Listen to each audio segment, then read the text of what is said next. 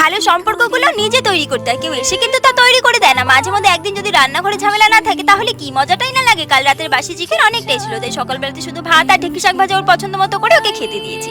রোজও বেরিয়ে যাওয়ার পর আমি হয়ে যাই রোজকার মতো একা। ঠিক সেই 1-8 ঘন্টা আমি না চাইলেও মনে চলে আসে পুরনো অনেক কথাই।